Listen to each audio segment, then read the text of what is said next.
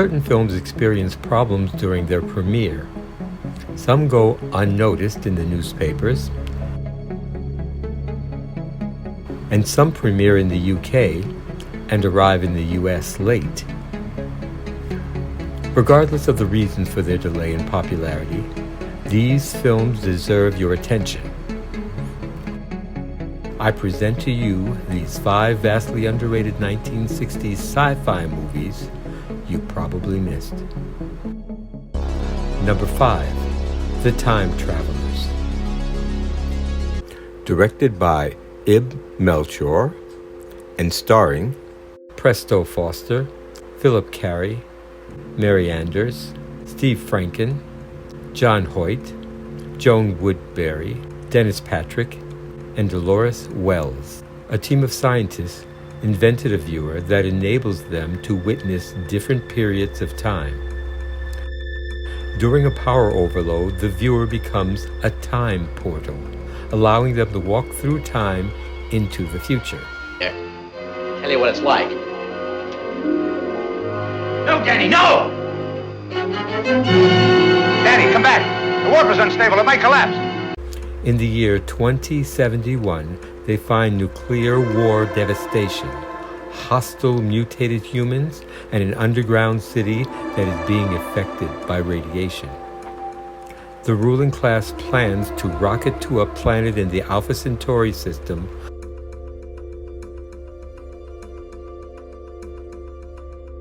along with their robots.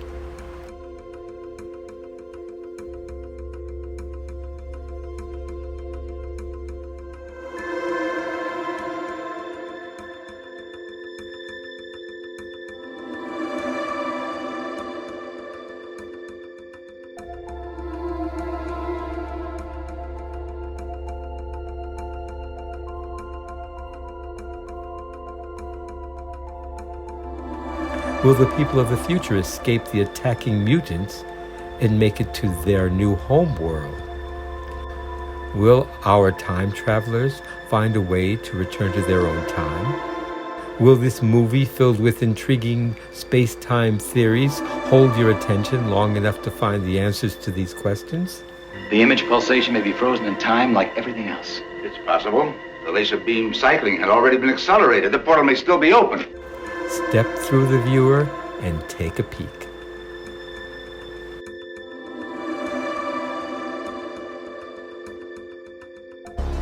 Number 4, Doctor Who and the Daleks.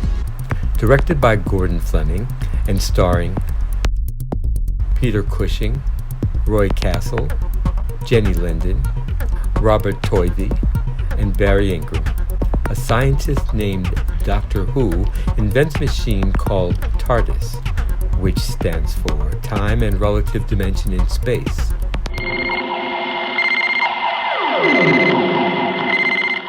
Which transports him and his 2 granddaughters and a friend to a distant planet.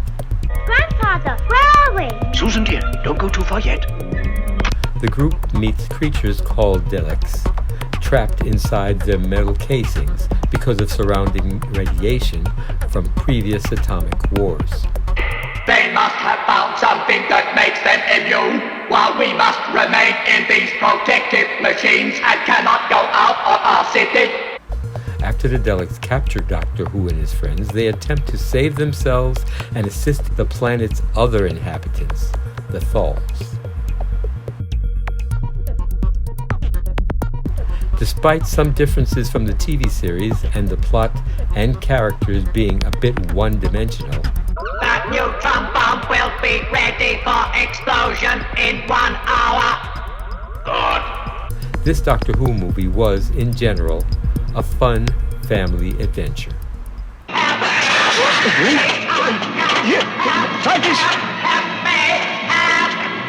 Number 3, Daleks, Invasion Earth 2150 AD, directed by Gordon Fleming and starring Peter Cushing, Robert Cribbins, Ray Brooks, Andrew Keir, Roberta Tovey, and Jill Corbin.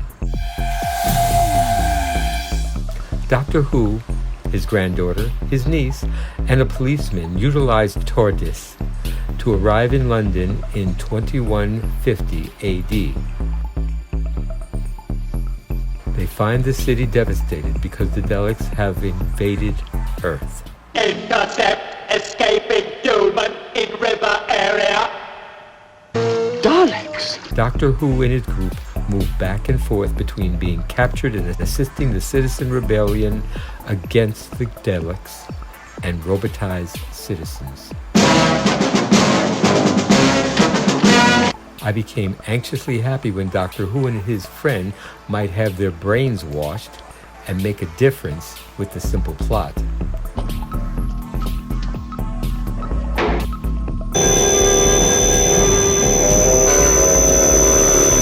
But I was fascinated that the Daleks planned to use the Earth as a spaceship. Daleks are going to extract the metallic core of the Earth. Some insane idea of piloting the planet and using it like a giant spaceship.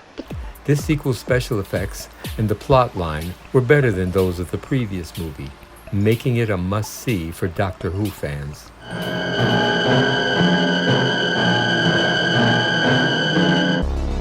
Number 2, The Illustrated Man.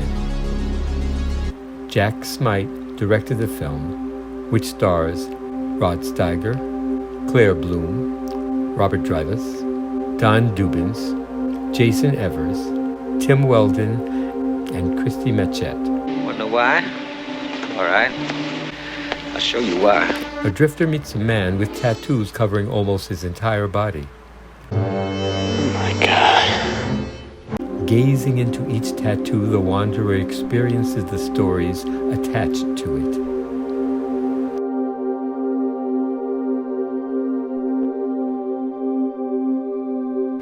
Ray Roddenberry's 3 stories were about a virtual reality playroom used by 2 seemingly disturbed children. We're going back again tomorrow. You're not going anywhere unless I give you permission. That goes for you too, young lady. Now you go with your mother and get ready for dinner. I don't want our children to play here anymore, Carl. Please turn it off.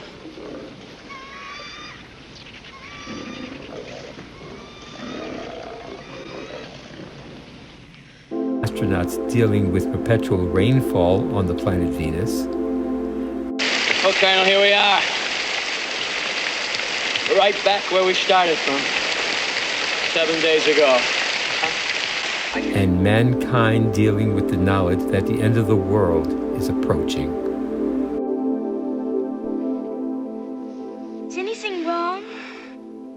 No, nothing. These bleak stories of the future were fascinating, but this film could have been more cohesive. The movie's saving grace was the overwhelming anticipation caused by the inventiveness of Bradbury's original short stories. Anxious moments and eerie hallucinations made the film come to life.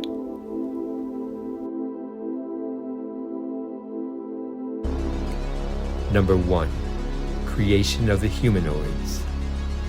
Wesley Berry directed it and starred Don McGowan, Erica Elliott, Francis McCann, and Don Doolittle. After nuclear explosion destroyed 92% of Earth's population, complex human-like robots, or humanoids, received increased responsibilities to assist humankind with survival. A scientist named Dr. Raven constantly works on robotic upgrades. Relating 28 to the sensory neuron. The calculations are right, but you'll have them reversed. Captain Kriegas, a leader of the Order of Flesh and Blood, believes that humanoids should have fewer rights because they might eventually take over the world. Well, the Order just wants to keep them mindful of their status. Life becomes more complicated for Kriegas when he hears that his sister is having a romantic relationship with a humanoid. I don't see how you could do it. Pax and I are in rapport. We're in harmony. He understands me perfectly. And that a humanoid has killed a human. Finally, Kriegas himself falls in love. I shouldn't have done that. I thought you never would. Though long-winded at times, this movie is amazingly original in its reasoning about innovative ways humankind must eventually find to help itself survive. Remember to like and subscribe to my channel and check out my many other videos from Endless Perceptions Cinema. Let me know if there's anything else you'd like to see in the comment section below. See you next time.